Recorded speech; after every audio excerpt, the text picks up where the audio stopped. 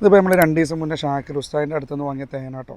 വാങ്ങുന്ന ടൈമിൽ ഒറിജിനലാണ്, അങ്ങനെയാണ് ഇങ്ങനെയാണെന്നൊക്കെ പറഞ്ഞിട്ടാണ് ഇപ്പോൾ നമ്മളിത് വാങ്ങിയത്. വാങ്ങിയിട്ട് 2 ദിവസം കഴിഞ്ഞ് നോക്കുമ്പോൾ ഇതിൻ്റെ അടിയിൽ ഇങ്ങനെ പഞ്ചസാര ലായനി പോലെ എന്തൊക്കെയോ കാണുന്നുണ്ട്. എന്താ സംഭവം എന്നൊരു പിടുത്തമില്ല. എന്തായാലും മൂപ്പരെ ഒന്ന് കണ്ടിട്ട് നമുക്ക് മൂപ്പരോടൊന്ന് ചോദിച്ചു നോക്കാം. ഷാക്കിർ ഉസ്താദ്, പിന്നെ ഇത് 2 ദിവസം മുന്നേ നിങ്ങളെ അടുത്തുനിന്ന് വാങ്ങിയ തേനാണ്. പക്ഷേ ഇതിപ്പോൾ 2 ദിവസം കഴിഞ്ഞ് നോക്കുമ്പോൾ ഇതിൻ്റെ അടിയിൽ എന്തോ ഒരു പഞ്ചസാര ലായനി പോലെയൊക്കെ കാണുന്നുണ്ട്. എന്താ സംഭവം?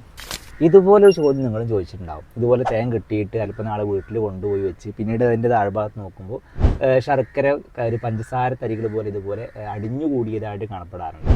അപ്പോൾ ആ ഒരു സംശയം പ്രകടിപ്പിക്കുന്നതിൻ്റെ ഭാഗമായിട്ട് ശർക്കര ലായനിയാണോ ഇനി പഞ്ചസാര ലായനിയാണോ ഇനി കർഷകർ തേനീച്ചകൾക്ക് പഞ്ചസാര ലായനി കലക്കി കൊടുക്കുന്നത് കൊണ്ട് ഇങ്ങനെ സംഭവിച്ചതാണെന്ന രീതിയിലൊക്കെ ഒരുപാട് സംശയങ്ങൾ പോകാറുണ്ട്.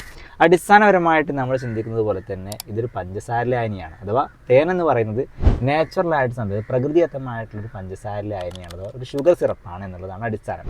അഥവാ ഗ്ലൂക്കോസ് ഫ്രക്ടോസ് എന്ന് പറയുന്ന 2 ഷുഗറുകളുടെ മിശ്രിതമാണ് തേൻ എന്ന് പറയുന്നത്. അപ്പോൾ ഇതിനകത്തുള്ള ഗ്ലൂക്കോസ് എന്ന് പറയുന്ന ഷുഗറിൻ്റെ പ്രവർത്തനം മൂലം സംഭവിക്കുന്ന ഒരു പ്രക്രിയയാണ് ഈ ഒരു ഹണി ക്രിസ്റ്റലൈസേഷൻ എന്ന് പറയുന്നത്, തേൻ കട്ട പിടിക്കുന്ന പ്രക്രിയ. അപ്പോൾ ഈ ഒരു ഗ്ലൂക്കോസിൻ്റെ വേരിയേഷൻ അനുസരിച്ച് പല സാഹചര്യങ്ങൾക്കനുസരിച്ച് പല സാഹചര്യങ്ങളിലൂടെയും തേൻ കട്ട പിടിക്കാറുണ്ട്. പ്രത്യേകിച്ച് നമ്മൾ തണുത്ത കാലാവസ്ഥയിലൊക്കെ തേൻ സൂക്ഷിക്കുക, നമ്മൾ നമുക്ക് ഫ്രിഡ്ജിൽ സൂക്ഷിക്കുക, അല്ലെങ്കിൽ തണുത്ത കാലാവസ്ഥയുള്ള പ്രദേശത്തിലായിരിക്കുക. അങ്ങനെയൊക്കെ ആയിരിക്കുമ്പോൾ പെട്ടെന്ന് തന്നെ ഈ ഒരു ഗ്ലൂക്കോസിൻ്റെ പ്രവർത്തനം മൂലം തേൻ വേഗത്തിൽ കട്ടിയായി പോകാറുണ്ട്. അതാ ചിലപ്പം ഭാഗികമായി ചിലപ്പം പൂർണ്ണമായിട്ട് തന്നെ പഞ്ചസാര കട്ട പോലെ അല്ലെങ്കിൽ ശർക്കര കട്ട പോലെയൊക്കെ നമുക്ക് കട്ട പിടിച്ചു പോയതായിട്ട് കാണാൻ പറ്റും. ഇനി അതല്ലാത്തൊരു കാര്യം കൊണ്ടെന്ന് പറഞ്ഞാൽ തേൻ കാലപ്പഴക്കം വരിക, ചിലപ്പം കുറച്ച് കാലങ്ങൾ എടുത്തു നോക്കുക, ഇപ്പോൾ ആഴ്ചകളോളോ മാസങ്ങളോളോ വർഷങ്ങൾ കഴിഞ്ഞെടുക്കുന്ന സമയത്ത് അടിഭാഗത്ത് ഇതുപോലെ കട്ട പിടിച്ചിട്ടും ചെറിയ രീതിയിൽ പഞ്ചസാര തരികൾ പോലെയൊക്കെ കാണപ്പെടാറുണ്ട്. അപ്പോൾ ഈ 2 രീതിയിലാണ്. ഒന്നിരിക്കൽ തണുത്ത കാലാവസ്ഥയിൽ സൂക്ഷിക്കുക, അല്ലെങ്കിൽ തേന് കാലപ്പഴക്കം വരും. കാലപ്പഴക്കം പറയുമ്പോൾ ഒരുപാട് കാലത്തിൻ്റെ ആവശ്യമൊന്നുമില്ല, ചിലപ്പം കുറച്ച് കാലം കഴിഞ്ഞാൽ തന്നെ ചിലപ്പോൾ ആഴ്ചകൾ മാസങ്ങൾ കഴിഞ്ഞാൽ തന്നെ കട്ട പിടിക്കാറുണ്ട്. അടിസ്ഥാനപരമായിട്ടുള്ള കാര്യം എന്ന് പറഞ്ഞാൽ തേനിനകത്തുള്ള ഗ്ലൂക്കോസിൻ്റെ വേരിയേഷൻ അനുസരിച്ച് ചില സാഹചര്യത്തിൽ തേനിനകത്ത് ഗ്ലൂക്കോസിൻ്റെ അളവ് കൂടുതലായിരിക്കും. അപ്പോൾ അളവ് കൂടുന്നതിനനുസരിച്ചും കുറയുന്നതിനനുസരിച്ചിട്ടും ഇതിനകത്ത് കട്ട പിടിക്കുന്ന സാധ്യതയും വ്യത്യാസം വരിക. കൂടുന്നതിനനുസരിച്ച് വേഗത്തിൽ കട്ട പിടിക്കുകയും ഗ്ലൂക്കോസിൻ്റെ അളവ് കുറയുന്നതിനനുസരിച്ചിട്ട് പതിയെ കട്ട പിടിക്കാനുള്ള സാധ്യത ഉണ്ടാകാറുണ്ട്. അപ്പോൾ പൊതുവേ 2 കാരണങ്ങൾ കൊണ്ടാണ് തണുത്ത കാലാവസ്ഥയിൽ സൂക്ഷിക്കുക, മറ്റും തേനിന് പഴക്കം വരെ. ഈ 2 കാരണങ്ങൾ കൊണ്ടാണ് പൊതുവേ തേൻ ക്രിസ്റ്റലായി പോകുക, അതിൽ കട്ട പിടിച്ചു പോകുന്നത് കാണാറുള്ളത്. അപ്പോൾ ഈ ഒരു സാഹചര്യത്തിൽ നമ്മളിങ്ങനെ കട്ട പിടിച്ചു പോകുന്നത് കാണുന്ന സമയത്ത് സ്വാഭാവികമായിട്ട് നമ്മൾ ചിന്തിക്കുന്ന ചില കാര്യങ്ങളുണ്ട്. പ്രത്യേകിച്ച് നമുക്ക് ചില ചോദ്യങ്ങൾ ആളുകൾ ചോദിക്കാറുണ്ട്. അപ്പോൾ നിങ്ങൾ ചോദിച്ച പോലെ തന്നെ ചില ചോദ്യങ്ങൾ ആളുകളിലൂടെ വരാറുണ്ട്. പ്രത്യേകിച്ച് വരുന്നൊരു ചോദ്യമാണ്, 1-2 ചോദ്യങ്ങൾ ഞാൻ നോട്ട് ചെയ്ത് വെച്ചിട്ടുണ്ട് കേട്ടോ. അപ്പോൾ ഇങ്ങനെ വരുന്ന സമയത്ത് അപ്പോൾ ഒരു പ്രധാനപ്പെട്ട ചോദ്യം എന്ന് പറഞ്ഞു കഴിഞ്ഞാൽ ആളുകൾക്ക് ഉണ്ടാകുന്നൊരു കാര്യമാണ്, ഈ ഗ്ലൂക്കോസിൻ്റെ അളവ് എങ്ങനെയാണ് തേനിനകത്ത് വർദ്ധിക്കുന്നത്? കാരണം എല്ലാ തേനുകളും തേനാണല്ലോ. സ്വാഭാവികം ചില തേനിനകത്ത് ഗ്ലൂക്കോസിൻ്റെ അളവ് കൂടുതലാണ്, ചിലതിനകത്ത് കുറവാണെന്നൊക്കെ പറയുമ്പോൾ എങ്ങനെയാണ് സംഭവിക്കുന്നത് എന്നുള്ള ചോദ്യം ഉണ്ടാവാറുണ്ട്. അപ്പോൾ തേനീച്ചകൾ തേൻ ശേഖരിക്കുന്ന നെക്ടറുകളെ അടിസ്ഥാനപ്പെടുത്തിയത്, ആ പൂക്കളുടെ നെക്ടറുകളെ അടിസ്ഥാനപ്പെടുത്തിയിട്ടാണ് ഗ്ലൂക്കോസിൻ്റെ വ്യത്യാസം വരുന്നത്.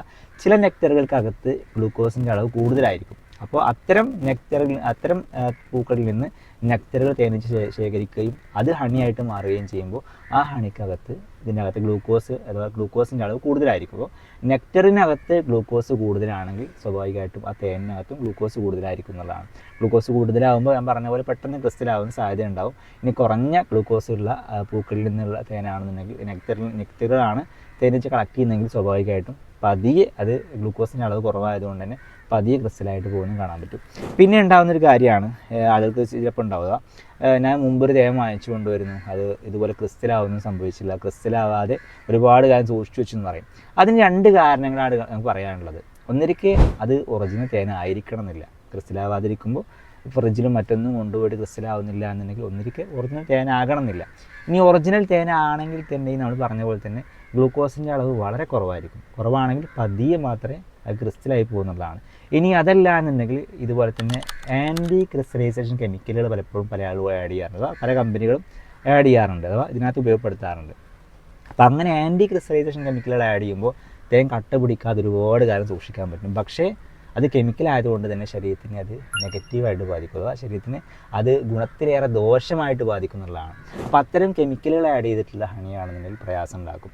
അപ്പോൾ ഇത്തരം സാഹചര്യങ്ങൾ വരുമ്പോൾ അഥവാ ഈ കട്ട പിടിക്കുന്നതുമായി ബന്ധപ്പെട്ടതിൻ്റെ അടിസ്ഥാനപരമായിട്ടുള്ള കാര്യം അത് ശുദ്ധമായിട്ടുള്ള തേനിന് മാത്രം സംഭവിക്കുന്ന ഒരു പ്രക്രിയയാണെന്നുള്ളതാണ്.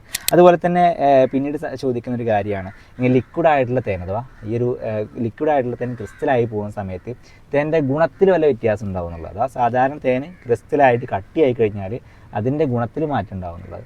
യഥാർത്ഥത്തിൽ ഗുണത്തിൽ യാതൊരു മാറ്റം സംഭവിക്കുന്നില്ല. തേൻ ലിക്വിഡായിട്ടിരിക്കുമ്പോൾ സാധാരണഗതിയിൽ ഉണ്ടാകുമ്പോൾ ഉണ്ടാകുന്ന എൻസൈമുകളാണെങ്കിലും വൈറ്റമിൻസ് ആണെങ്കിലും എല്ലാം ആ ക്രിസ്റ്റലാകുന്ന സാഹചര്യത്തിലും അതിനകത്ത് ലഭിക്കുന്നുണ്ട് എന്നുള്ളതാണ്. അപ്പോൾ അതിൻ്റെ ഗുണത്തിൽ യാതൊരു മാറ്റമില്ല, മറിച്ച് അതിൻ്റെ രൂപത്തിലുള്ളൊരു മാറ്റം മാത്രമാണ് ഈ ഒരു ക്രിസ്റ്റലൈസേഷൻ എന്ന് പറയുന്നത് കേട്ടോ. അതുപോലെ തന്നെ ചില ആളുകൾ ചോദിക്കുന്ന ഒരു കാര്യമാണ് എങ്ങനെ ക്രിസ്റ്റലായിട്ടുള്ള ഹണി നമുക്ക് ലിക്വിഡായിട്ട് സാധാരണ രീതിയിലേക്ക് തന്നെ മാറ്റാൻ വേണ്ടി സാധിക്കും ചോദിക്കാറുണ്ട്. അഥവാ സാധാരണ തേൻ്റെ രൂപത്തിലേക്ക് തന്നെ മാറ്റാൻ കഴിയും ചോദിക്കാറുണ്ട്.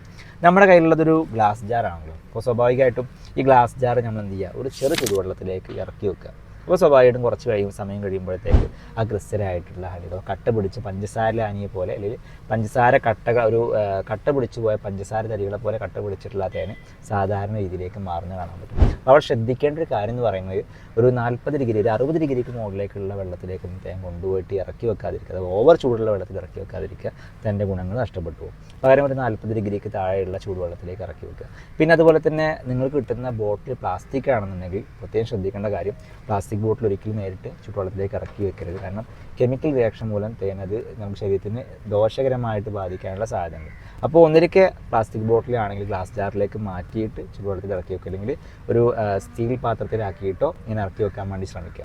അപ്പോൾ ഈ രീതിയിൽ നമുക്ക് എന്ത് ചെയ്യാൻ പറ്റും, ക്രിസ്റ്റലായിട്ടുള്ള ഹണിയെ ലിക്വിഡായിട്ട് മാറ്റാൻ പറ്റും. ഇനി ക്രിസ്റ്റലായിട്ടുള്ള ഹണി അങ്ങനെ തന്നെ കഴിക്കാൻ പറ്റുകയാണെങ്കിൽ നിങ്ങൾക്ക് അങ്ങനെ തന്നെ കഴിക്കുക എന്നുള്ളതാണ്. അപ്പോൾ ചുരുക്കത്തിൽ പറയുകയാണെന്നുണ്ടെങ്കിൽ തേനിനകത്ത് സംഭവിക്കുന്ന ഒരു പ്രകൃതിദത്തമായിട്ടുള്ള നാച്ചുറലായിട്ടുള്ളൊരു പ്രക്രിയയാണ് ഈ ഒരു ഹണി ക്രിസ്റ്റലൈസേഷൻ. അതിൻ്റെ ഭാഗമായിട്ട് മാറുന്നത് തേനിനകത്തുള്ള ഗ്ലൂക്കോസ് എന്ന് പറയുന്നൊരു ഘടകമാണ്.